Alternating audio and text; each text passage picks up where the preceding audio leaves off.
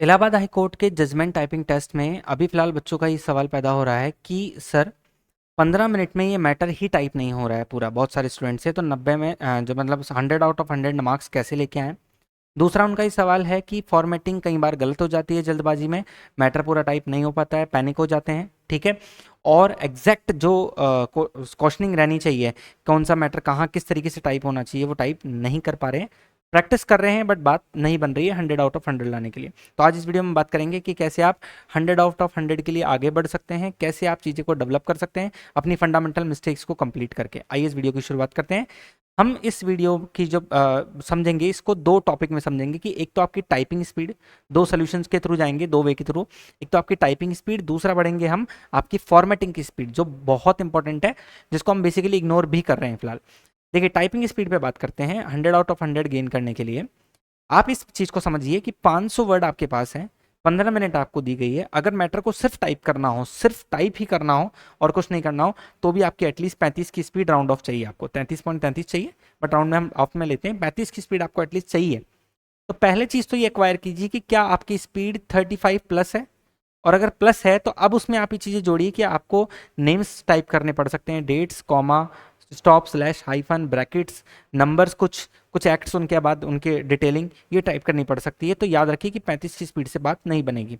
आपकी speed actual में 45 से 50 WPM के आसपास होनी चाहिए उस मैटर को टाइपिंग करने के लिए। मान के चलिए कि अगर आप स्टेनोग्राफ प्रिपरेशन कर रहे हैं तो 50 से 60 की स्पीड तो वैसे भी आप पर लाजमी है।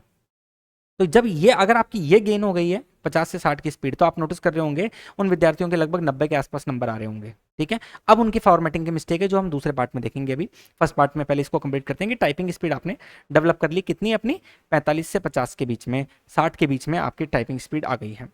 अब आपको करना इतना सा है, अगर ऐसा भी नहीं हो रहा है तो आपसे कि आपको डेवलप ही नहीं हो पा रही स्पीड, तो आप एक काम करें, सीधा जजमेंट टाइप करें। जजमेंट में फॉर्मेटिंग टाइप ना करें, फॉर्मेटिंग ना करें, सिर्फ उसकी टाइपिंग करें, नॉर्मल जो टाइपिंग आती है, ठीक है, वो टाइपिंग करें आप। इसके लिए बहुत सारे सॉफ्टवेयर अवेलेबल है। एक आध जैसे मैं जानता हूँ, सोनी टाइपिंग ट्यूटर, वहाँ पर नॉर्मल टाइपिंग दी हुई है, ठीक है, आप वहाँ से कर सकते हैं, या अदरवाइज MS वर्ड से आप थ्रू कर सकते हैं, या फिर आप डाउनलोड करके जो जजमेंट्स हैं वो आप टाइप कर सकते हैं, दैट इज़ नो प्रॉब्लम। तो पहला काम तो आप ये कर सकते हैं जिसमें आपकी टाइपिंग स्पीड डेवलप हो जाएगी, तो और फिर आपको हैबिट हो जाएगी कि एक जजमेंट की टाइपिंग कैसे होती है, फॉर्मेटिंग नहीं, टाइपिंग कैसे होती है। यहाँ पर ही कंसेप्ट खत्म होता है, ये आपका सोल्यूशन तैयार है। बात करते हैं फॉर्मेटिंग स्पीड की। अगर टाइपिंग स्पीड डेवलप हो गई है तो अब आपके पास टाइम ज़्यादा बचेगा, क्योंकि मान के चलिए अगर आपने 50 WPM की स्पीड से पूरा मैटर टाइप किया है, तो आपके पास लगभग 15 मिनट में से 5 मिनट बचेगी किसके लिए, फॉर्मेटिंग के लिए। 5 मिनट फॉर्मेटिंग की हो गई, 10 मिनट टाइपिंग की हो गई। और मान लीजिए 5 में से भी 4 अगर मिनट आप कर लेते हैं तो 1 मिनट आपकी चेकिंग की हो गई। तो क्यों नहीं आएंगे फिर आपके 100 आउट ऑफ 100 मार्क्स, ठीक है। पहला चीज जो सबसे इंपॉर्टेंट है वो ये कि फॉर्मेटिंग टूल्स की सारी नॉलेज होनी चाहिए, कि आप जिन चीज़ों को कर रहे हैं, फॉर्मेटिंग करेंगे जब आप, तो आपको पूरे टूल्स की नॉलेज होनी चाहिए कि बोल्ड क्या होता है, इटैलिक क्या होता है, अंडरलाइन क्या होता है। और बेसिकली इस चीज़ को जानने के लिए MS वर्ड से बेहतर कुछ भी नहीं है, ठीक है। जैसे मैं आपको ये पूरी फॉर्मेटिंग जब पेज समझा रहा हूँ इस समय, ये सारा समझा रहा हूँ किस पर, आपको MS वर्ड पे। वो कारण यही है ताकि आप ये समझें कि पूरा जो सिनेरियो है वो इसी पे बेस्ड है। दूसरी बात, आपको MS वर्ड, जैसे मैंने बताया अभी, आपको फॉर्मेटिंग टूल्स की नॉलेज आपको MS वर्ड से लेनी है। MS वर्ड में क्या पढ़ना है आपको, सिर्फ और सिर्फ फॉन्ट और पैराग्राफ बॉक्स, यानी जो देख रहे हैं आप ऊपर ये वाला, ये फॉन्ट बॉक्स और ये पैराग्राफ बॉक्स, ये दो बॉक्सेस आपको पढ़ने हैं यहाँ पर, ठीक है। इनमें सारी एडिटिंग, जो भी वर्ड लेटर रिलेटेड एडिटिंग होती है वो सारी आ जाती है।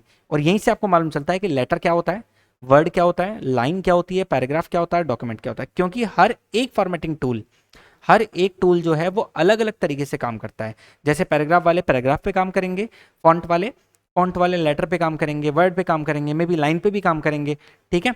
तो वो सारी चीज़ें आपको यहाँ से समझ में आएंगी कि कौन सा टूल कैसे कैसे काम करता है। अगर आप कहेंगे तो मैं डेडिकेटेड वीडियो फॉन्ट और पैराग्राफ को लेकर के, दो वीडियो में आपको ये सारी चीज़ें समझा दूंगा कि कौन सा टूल की क्या रिकॉग्निशन होती है और वो कैसे कैसे किस किस चीज़ पर काम करता है। इसके बाद आते हैं टूल रिकॉग्निशन। आपको इन टूल्स की आइडियोलॉजी, जो मतलब आइडेंटिटी कितनी पसंद है या कितनी उनको याद कर सकते हैं आप। जैसे बोल्ड है, बी डार्क लिखा हुआ है, देखिए यहाँ पे, तो बोल्ड है ये। आई लाइट है तो आई थोड़ा सा टेढ़ा है तो आई ये इटैलिक है, अंडरलाइन के नीचे लाइन बनी हुई है, ये यहाँ पर इस चीज़ को डिनोट करते हैं कि ये इनके इफेक्ट्स हैं। तो टूल के रिकॉग्निशन अगर आपको मालूम है तो उस सिचुएशन में क्या होगा, आपकी मेमोरी में ऑटोमेटिक ही ये आने लग जाएगा कि अच्छा ये बोल्ड है, ये इटैलिक है। जैसे मैं आपको एक लाइव एग्जांपल दूं, देखो यहाँ पे छोटा सा, आप नोटिस कीजिए, फॉर्मेटिंग है, आपको डार्क दिख रहा है, इसका मतलब ये बोल्ड है। ये लाइट दिख रहा है, इसका मतलब ये अनबोल्ड है। यहाँ पे नीचे दोनों के नीचे लाइन लिखी हुई है, इसका मतलब ये अंडरलाइन है। अब इन सारी चीज़ों को मैंने आपको समझाया कि टाइपिंग स्पीड आपको इंक्रीज करनी है, फॉर्मेटिंग स्पीड भी आपको इंक्रीज करनी है। उसके तरीके मैंने आपको बताया कि सादा मैटर को टाइप करो, फॉर्मेटिंग मत करो, फिर उस पर फॉर्मेटिंग अप्लाई करो। और हर एक सॉफ्टवेयर पर, जैसे स्टेनो आरजी का सॉफ्टवेयर जो फ्री ऑफ कॉस्ट है आपके लिए, उस पर आप जब मैटर टाइप कर रहे हैं तो दो मेथड होते हैं आपके, ठीक है। पहला मेथड क्या होता है कि आपने पूरा मैटर टाइप कर लिया, उसके बाद आपने एडिटिंग करी है या फॉर्मेटिंग करी है, ठीक है। दूसरा तरीका क्या होता है, वन वे, दूसरा तरीका क्या निकल के आता है कि जब आप टाइप कर रहे थे अलॉन्ग विद उसी के साथ साथ आपने फॉर्मेटिंग चालू कर दी, ठीक है। तो मैं ये दोनों ही तरीके बेहतर है, दोनों तरीके में आप कर करके देखें कि किसमें आप बेहतर कर पाते हैं, वही आपका एग्जाम में फॉलोअप होना चाहिए। और आपको समझ में आनी चाहिए कि क्योंकि अगर टूल रिकॉग्निशन अच्छा है तो आपका सॉफ्टवेयर कैसा भी हो, सॉफ्टवेयर वहाँ कैसा भी हो, आप ऑटोमेटिकली उसको ग्रैब कर लेंगे कि अच्छा ये टूल ये काम करता है, ठीक है, क्योंकि मेथोडोलॉजी सेम रहने वाली है। और जब याद रखें, जब आप मैटर को पूरा कंप्लीट करेंगे, है ना, उसकी टाइपिंग आप पूरी कंप्लीट करेंगे, उसकी फॉर्मेटिंग आप पूरी कंप्लीट करेंगे, तब जाकर के आप 100 आउट ऑफ 100 मार्क्स यहाँ पर गेन कर पाएंगे। आइए इसको एक एग्जाम्पल से समझते हैं। स्टेनोलॉजी की वेबसाइट पर मैं आपको एक एग्जाम्पल दिखाता हूँ। देखो यहाँ क्या लिखा हुआ है, in the High Court of judicature at Patna, first जो लाइन है इसके बारे में क्या क्या जानते हैं अपन। ये बोल्ड है, ये सेंटर में अलाइन है, और सारे केसेस जो हैं अपर केस हैं। दूसरा लाइन सेम एंटर मार के नीचे आया बंदा, सेम सिनेरियो है, वही सेंटर वाली बात है। तीसरी लाइन में हम कुछ चेंजेस देखते हैं कि सेंटर में तो अलाइन है लेकिन उसके नीचे अंडरलाइन है और वो थोड़ा सा इटैलिक है, यानी इटैलिक है, थोड़ा सा क्या इटैलिक है। फिर एक एंटर मारा, फिर एक एंटर मारा, उसके बाद नॉर्मल सेंटेंस लिखा हुआ है, ना इटैलिक है ना बोल्ड है ना अंडरलाइन है, लेकिन सेंटर में अलाइन है। फिर एंटर मारा और एंटर मार के पिटिशनर या पिटिशनर्स की तरफ गया तो वहां पर ये राइट साइड में अलाइन है और सेंटेंस नॉर्मल है। फिर एंटर मारा, लेफ्ट में आया द स्टेट ऑफ बिहार लिखा, फिर एंटर मार के बीच में वर्सेस भी कर दिया इसने। फिर एक एंटर मारा, फिर अपीयरेंस पे आ गया, मान लीजिए अपीयरेंस बोल्ड है, उसके आगे एक स्पेस दे करके डबल डॉट भी दी हुई है, ठीक है। उसके जस्ट बार एंटर मार के नॉर्मल सेंटेंस, नॉर्मल सेंटेंस, फिर एंटर मार के सेंटर में कोरम जो honourable mister justice Ritesh Kumar लिखा हुआ है, फिर उसको अंडरलाइन किया है, फिर उसके नीचे इटैलिक में ओरल ऑर्डर लिखा हुआ है। फिर ये आपका पूरा पैराग्राफ आ गया। अब इस पैराग्राफ में आप कहीं जगह इटैलिक देखेंगे, कहीं जगह आपको बोल्ड देखने को मिलेगा टाइपिंग के साथ, कहीं जगह नंबर्स आपको देखने को मिलेंगे, कहीं जगह आपको बोल्ड इटैलिक और अंडरलाइन तीनों देखने को मिलेगा। कुछ जो पैराग्राफ्स हैं उनके अंदर कुछ टेस्ट जो मैं देखता हूँ, है ना, उन टेस्ट में आप मान लीजिए कि कुछ में अलाइनमेंट का भी इशू है, कुछ में आपको नंबर सिस्टम का भी देखने को मिलेगा, पैराग्राफ्स अलग अलग तरीके से बने हुए हैं। यहाँ देखिए स्ट्राइक थ्रू हो रखा है यहाँ पे, तो ये सारी चीज़ें आपको समझनी होंगी। तो ये रिकॉग्निशन जब आपको रहेगा तो पेपर बहुत फास्ट हो जाएगा एज आपकी अभी की कंडीशन से बहुत अच्छा। चलिए मेरे हिसाब से आपको ये वीडियो समझ में आया होगा एग्जैक्ट आपको वर्किंग क्या करनी है। तो वर्किंग आपकी ये दो है सामने, टाइपिंग स्पीड इंक्रीज कीजिए, फॉर्मेटिंग स्पीड ऑटोमेटिक इंक्रीज हो जाएगी और आपके पास टाइम बचेगा पेपर को दोबारा चेक करने का।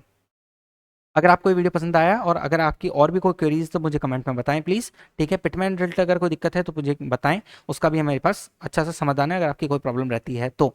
ये आप करके देखिए, स्टेनो आरजे पर ये सारे टेस्ट बिल्कुल फ्री ऑफ कॉस्ट अवेलेबल है जजमेंट टाइपिंग के, जाइए और टेस्ट को अटेम्प्ट करिए। मिलते हैं किसी और वीडियो में ऐसी किसी इन्फॉर्मेशन के साथ। Thank you so much.